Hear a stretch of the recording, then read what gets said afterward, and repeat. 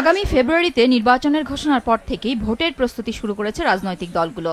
আবহাওয়া তৈরি হয়েছে ভোট যুদ্ধের। তবে নির্বাচন ঘিরে কিছু রাজনৈতিক বক্তব্যে মতবিরোধ স্পষ্ট হয়ে উঠেছে। দেশ এখন নির্বাচনমুখী উল্লেখ করে বিএনপি নেতা সালাউদ্দিন আহমেদ বলেন, যারা ঠুনকো অজুহাতে ভোটে বাধা তৈরি করবে তারাই রাজনীতির মাঠ থেকে ছিটকে পড়বে। ভোটে অংশ নেয়া বা না নেয়া প্রত্যেকের স্বাধীনতা, তবে এখানে বিভ্রান্তি তৈরির সুযোগ নেই বলেও মন্তব্য করেন তিনি। জনপ্রত্যাশার বিরুদ্ধে যে কোনো দল এই নির্বাচনে অংশগ্রহণ থেকে বিরত থাকবে সেটা খুব স্বাভাবিকভাবে এদেশের জনগণ নিবে না। কোনো যৌক্তিক কারণ যদি থাকে তারা সেটা সংশ্লিষ্ট সকল কর্তৃপক্ষের সাথে আলোচনা করতে পারে, কিন্তু আগামীর নির্বাচন যারা বয়কট করবে বিভিন্ন ঠুনকো বাহানায়, তারা বাংলাদেশের জাতীয় রাজনীতি থেকে ভবিষ্যতে নিজেরাই মাইনাস হয়ে যাওয়ার একটা সম্ভাবনা থাকবে। আশা করি সেই ঝুঁকি কেউ নেবে না।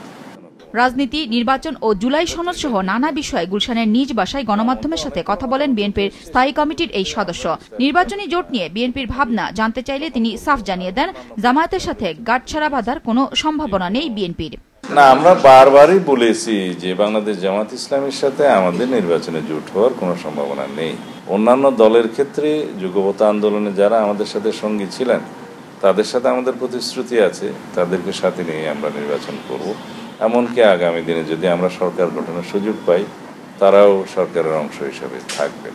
ইসলামী ঘরানার বেশ কিছু দলের সাথে আমাদের আলাপ আলোচনা আছে, তারা আমাদের সাথে জোটে আসতে পারেন, তবে সেই সিদ্ধান্ত এখনো চূড়ান্ত হয়নি, সেটার জন্য আমাদের অপেক্ষা করতে হবে। নির্বাচনী কৌশল হিসেবে আমরা জোটের গঠনের ক্ষেত্রে কি কি কৌশল অবলম্বন করব সেটা সবকিছুই এখনো খোলাসা করে বলার সময় আসেনি। ত্রয়োদশ জাতীয় সংসদ নির্বাচনে অন্তর্বর্তী সরকারে আস্থা রাখতে চায় তার দল, এমনটি জানিয়ে সালাউদ্দিন আহমেদ বলেন, নির্বাচনকালীন সরকার নিয়ে কোনো জটিলতা চান না তারা।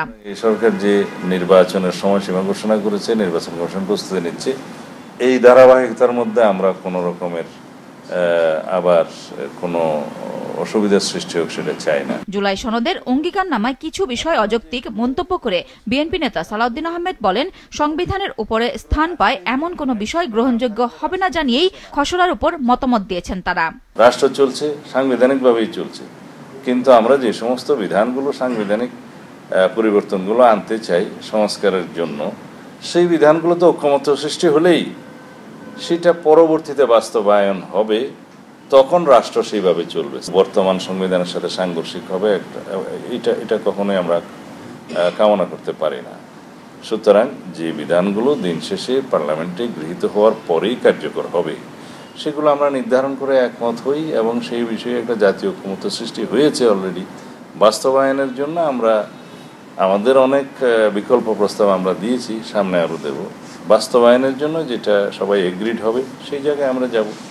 জাতীয় সনদের অঙ্গীকার বাস্তবায়ন নিয়ে কমিশন রাজনৈতিক দলগুলোর সাথে যে বৈঠক করবে সেখানেই সমাধান আসবে বলেও মনে করেন বিএনপির এই নেতা। নুরুন নাহার উইলি, মাছরাঙা সংবাদ, ঢাকা।